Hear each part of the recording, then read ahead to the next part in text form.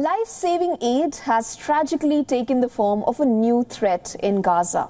This week, over a dozen people were killed trying to grab some of the floating or falling aid.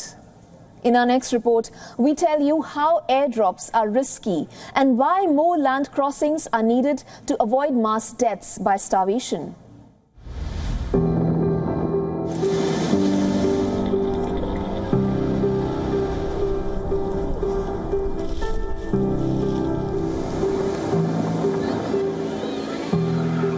A sight of hope for Palestinians as aid drops from the sky.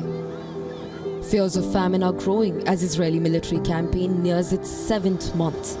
But tragically, the life-saving airdrops pose a fresh threat. This week, 12 people died attempting to reach these vital supplies.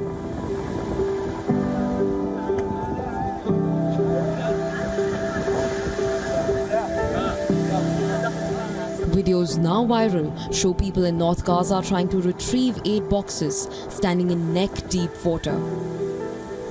The desperation turns to despair as lifeless bodies are seen dragged onto the sand. It is the latest in a string of incidents involving deaths during aid deliveries in the tiny, crowded Palestinian enclave.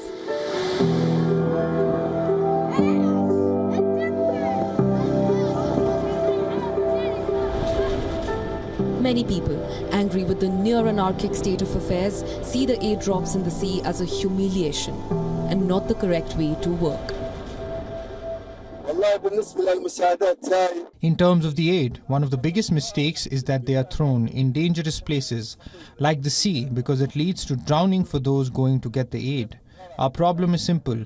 They can do it through the land crossing so it can reach these poor people.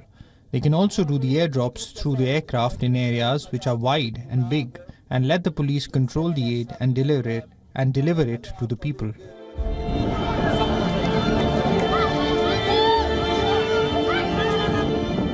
In a separate incident, at least 5 people were killed and 10 others injured when airdropped aid packages fell on them in the Al-Shati camp west of Gaza City.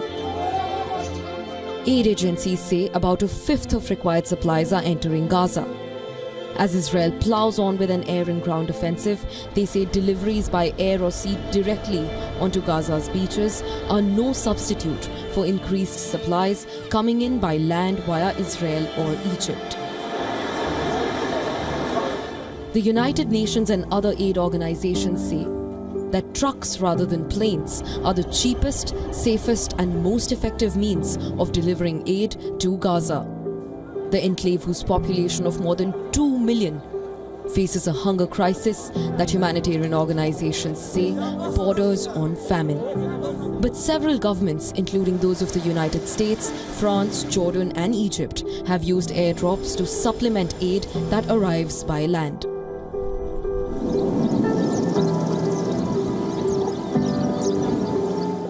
They additionally call on Israel to allow in more trucks.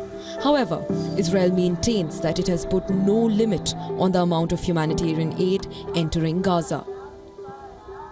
We inspect the trucks coming in, and we have excess capacity to inspect those trucks coming in. Whenever there's a backlog of humanitarian aid waiting to be distributed, it's on the Gazan side of the border. And we saw that by relying on certain UN bodies, so to say, the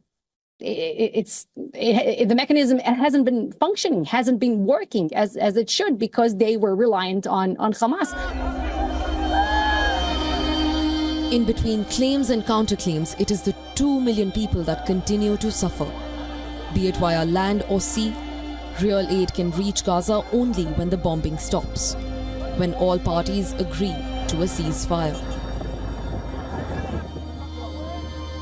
For all the latest news, download the WION app and subscribe to our YouTube channel.